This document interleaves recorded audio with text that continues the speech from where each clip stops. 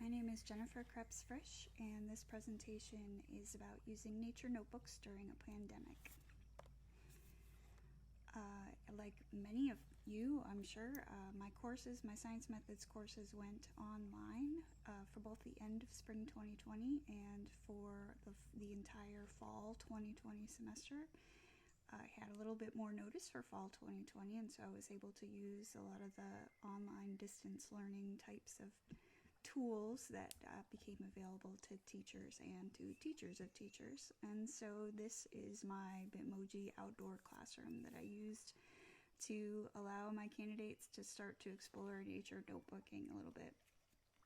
The problems, we all know the problems. The problems are 2020. COVID-19 is real and caused a lot of stress and anxiety for teachers, and our students all had to go online. My elementary science methods courses both went online, and I chose to teach them asynchronously to allow as much flexibility and compassion for my students as possible. However, I noticed with the increased stress and anxiety and screen time that the students had to do, including my own elementary aged kiddo, a lot of us were having a lot of trouble doing things that we normally might do, like going outside. The nature deficit disorder described by Richard Louv in Last Child in the Woods is particularly relevant. Our kiddos are spending a lot of times on screens, and maybe having some opportunities, even forced opportunities, to go outside might be helpful for them. So I restructured the two elementary methods courses to really use environmental education as a central point, and these nature notebook assignments are a core part of that. The paper itself will give more details in terms of how the assignment itself and the assessments were structured. But generally speaking, I tried to use the nature notebooks in such a way that they were a good way for students to see how they could integrate the three dimensions of learning: the science and engineering practices, as well as core ideas in science. And I used environmental education as sort of a really good base cross-cutting concept, both for the different areas of science as well as interdisciplinary ideas. I also started to integrate socio-emotional learning in a way that I hadn't before, to really give students an opportunity to get in touch with mindfulness and deal with a lot of the anxiety and stress that they were feeling.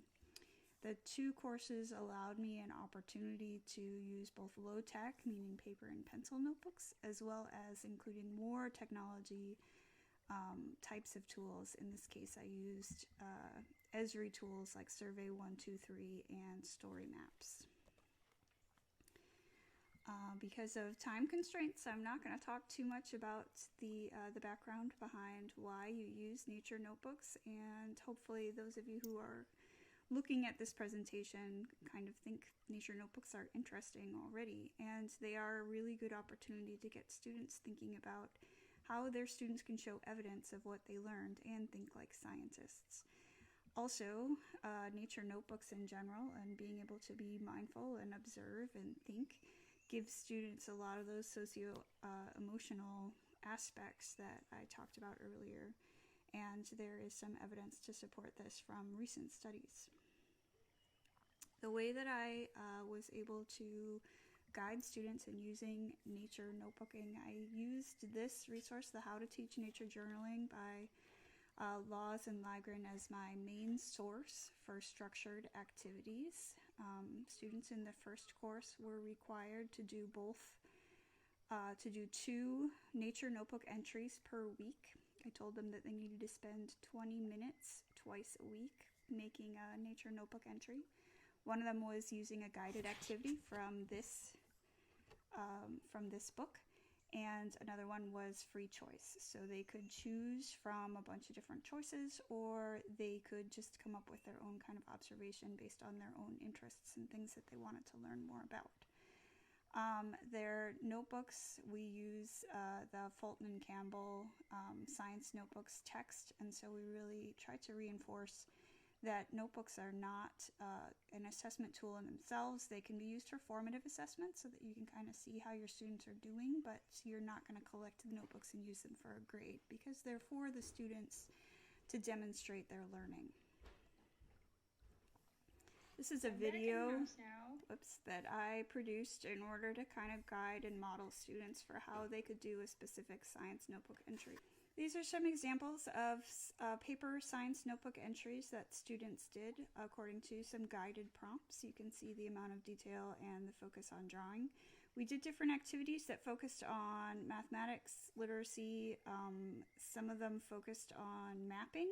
Some of them focused on observing colors. And really, I tried to just get them outside and thinking and noticing and wondering. The second course had a focus on using some more technology-related tools by Esri. I created a simple survey in Survey 123, and that's connected to the ArcGIS tool suite of tools, so they were able to use story maps to present their learning at the end.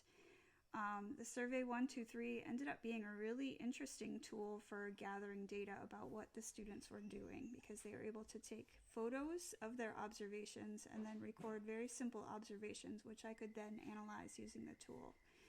Then they used their data from their 10 or more observations to create an ArcGIS story map. Just to show you what some samples of what students came up with, which were summaries of their learning. These are some of the story maps that were created by students, and I was given permission to share these. There's a map that shows the different locations where she made the observations, and if you hover over, you can see the photos that she collected at the time. She's also got, she picked a tree in her yard and then chronicled the phenology of how that tree changed over the semester. So that's one example. Another example, the student made use of a new tool within the story map, which allows you to use a slider so you can kind of look at how these trees were changing over time. And that's another really cool way to show phenology over time with the same photos. I also asked the students to focus on how they themselves changed as well as how the nature around them changed, and we'll analyze those responses as well. The Survey 123 tool allowed me to gather data about what they observed. This was the fall, so this is maybe obvious that they're going to be observing a lot of leaves and trees. And in fact, one of the interesting early findings from this is that plant awareness disparity seems to be decreased when they're doing this assignment. In other words, even though normally our students, our teachers may not notice or teach about plants that much, that animals seem to take the front of the line when they're doing the nature notebooks. They noticed a lot of plants. And again, this could be because it was fall and the leaves were changing, but plants are also a lot easier to draw and take photos of because they don't move as much. Another aspect of the Survey 123 tool was a Likert type scale where I asked them to rate on a scale of strongly negative to weakly negative, neutral, strong or weak positive to strong positive, how they were feeling when they made their observation. And you can see that predominantly students were able to focus on the positive. And this is a map that connects the strong positive to strong negative reactions based on where they made their observations. And since our students were predominantly online for the whole semester, you can see that they were in a lot of different locations because some of them went home either right at the beginning of the semester or sometime in the semester. And the red dots indicate strong positive, the blue dots are weak positive, the green are neutral, and the purple are weak negative. And you can't really see any of the strong negative on this map. But I thought it was kind of interesting how you can kind of look for trends in terms of where the students were as well as how they were feeling when they did the observations at the location. Moving forward this assignment, I hope to really build on this both during spring 2021 when I will still mostly be online for the semester, And then moving forward, where hopefully we'll return to face-to-face, I hope to really integrate the Learning in Places storyline curriculum, which I attended a workshop for in December. I think it's going to be a really thoughtful way to make a framework to help students think about anti-racist education, as well as including family involvement when learning about environmental education and science in general. The data analysis is ongoing. I just finished in collecting the data in December, so we're still trying to look at some of that for some trends, but what has come out so far is really interesting.